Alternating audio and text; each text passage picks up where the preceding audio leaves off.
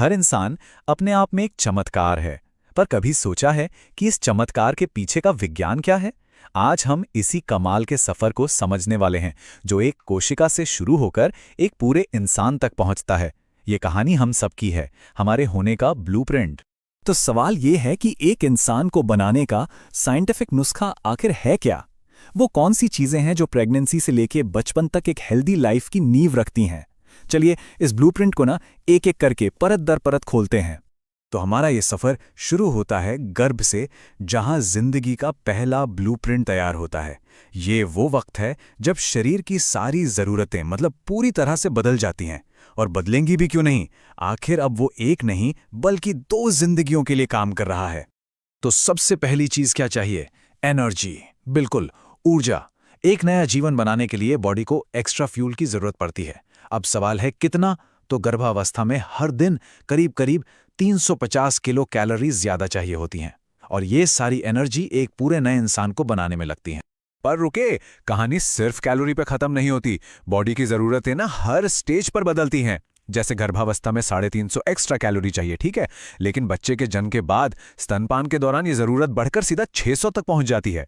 Protein की demand तीसरी तिमाही में सबसे ज्यादा होती है, और एक हैरान करने वाली बात बताऊं, कैल्शियम की सबसे ज्यादा जरूरत जन्म के बाद होती है, जबकि आयरन की जरूरत प्रेगनेंसी से भी पहले सबसे ज्यादा होती है। इससे पता चलता है कि हमारा शरीर कितना स्मार्ट है ना। अच्छा, कुछ न्यूट्रिएंट्स तो बिल्कुल सुपर हीरो की तरह काम करते हैं, जैसे कि ओमेगा 3 फैटी एसिड्स। ये तैलीय मछली, अलसी, इन सब में मिलेगा। इसका काम क्या है? ये सीधे बच्चे के ब्रेन डेवलपमेंट से जुड़ा है। ये वो न्यूरल कनेक्शंस बनाने में मदद करता है जो आगे चलकर सीखने और सोचने की पूरी काबिलियत तय करेंगे। कमाल है। तो जैसे कुछ चीजें खाना बहुत जरूरी है, वैसे ही कुछ चीजों से बचना भी उतना ही इंपॉर्टेंट है। जैसे कच्चा पपीता ले लीजिए, इसमें लेटेक्स होता है जो गर्भाशय में संकुचन कॉन्ट्रैक्शंस पैदा कर सकता है, और यही वजह है कि इसे और अनानास जैसे कुछ और फलों को भी गर्भावस्था में अवॉइड करने की सलाह दी जाती है। चलिए अब गर्भ से बाहर की दुनिया में आते हैं। एक नया जन्मा बच्चा देखने में बहुत असहाय लग सकता है ना? लेकिन सच तो ये है कि वो पहले से ही कुछ कमाल के सॉफ्टवेयर के साथ आता है। इनको कहते हैं सहज क्रियाएं या रिफ्लेक्सेस। इन्हीं में से एक है मोरो रिफ्लेक्स।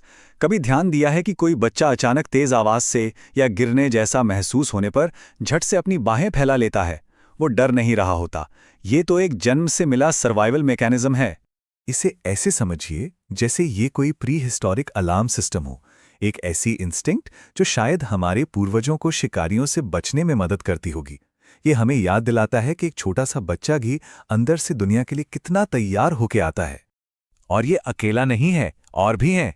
जैसे बच्चे के गाल को हल्के से छुओ तो वो खाना ढूंढने के लिए उसी तरफ अपना सिर घुमाएगा।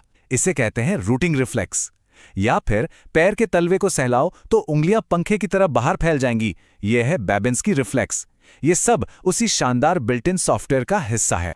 अच्छा, जन्म के बाद तो समझो डेवलपमेंट का रॉकेट लॉन्च हो जाता है, और जाहिर है इस रॉकेट को उड़ने के लिए सही फ्यूल भी चाहिए। तो चलिए अब देखते हैं कि ये न्यूट्रिशन का सफर दूध से शुरू होकर सॉलिड फूड तक कैसे पहुंचता है। ये सफर कुछ स्टेजेस में होता है। पहले 6 महीने तक मां का दूध ही सब कुछ है, एक कंप्लीट फूड। फिर 6 महीने के बाद धीरे धीरे सेमी सॉलिड खाना इंट्रोड्यूस किया जाता है दूध के साथ साथ। ऐसा इसलिए क्योंकि बच्चे की बढ़ती हुई जरूरतें सिर्फ दूध से पूरी नहीं हो सकती, और फिर आहिस्ता आहिस्ता सॉलिड फूड की तरफ बढ़ा जाता है। और एनर्जी की जरूरतें कितनी तेजी से बढ़ती हैं, ये देखकर तो आप हैरान हो जाएंगे। देखिए, 6 महीने के बच्चे को चाहिए करीब 530 किलो कैलोरी।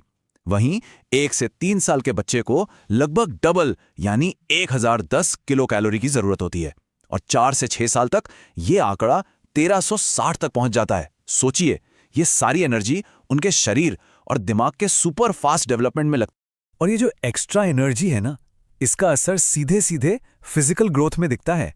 आमतौर पर एक बच्चा 6 महीने का होते होते अपने जन्म के वजन का डबल हो जाता है, और 1 साल का होने तक ट्रिपल।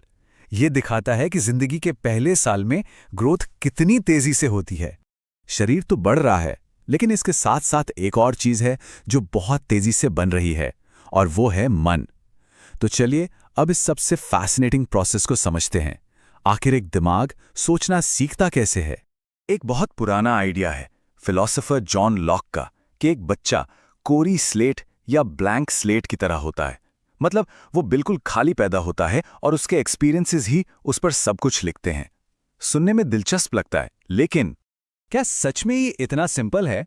एक महान साइकोलॉजिस्ट जीन पियाजे ने इस आइडिया को चैलेंज किया। उन्होंने कहा कि बच्चे कोरी स्लेट नहीं हैं, बल्कि वो तो छोटे छोटे साइंटिस्ट हैं। वो एक्टिवली अपने आसपास की दुनिया से इंटरैक्ट करते हैं, एक्सपेरिमेंट करते हैं और अपनी समझ खुद बनाते हैं। पियाजे ने बताया कि ये डेवलपमेंट 4 मेन स्टेजेस में होता है। सबसे पहले बच्चे अपनी सेंसेस से सीखते हैं, हर चीज को छूकर, मुंह में डालकर। फिर वो सिंबल्स को समझना शुरू करते हैं, जैसे खिलौने वाले फोन को असली फोन समझकर उस पर बात करना। इसके बाद उनमें लॉजिक डेवलप होता है। वो समझने लगते हैं कि अगर ए बी से बड़ा है और बी सी से बड़ा है तो ए भी सी से बड़ा होगा। और आखिर में वो एब्स्ट्रैक्ट आइडियाज जैसे इंसाफ या प्यार के बारे में सोच पाते हैं। ये सोचने की काबिलियत का एक पूरा नक्शा है।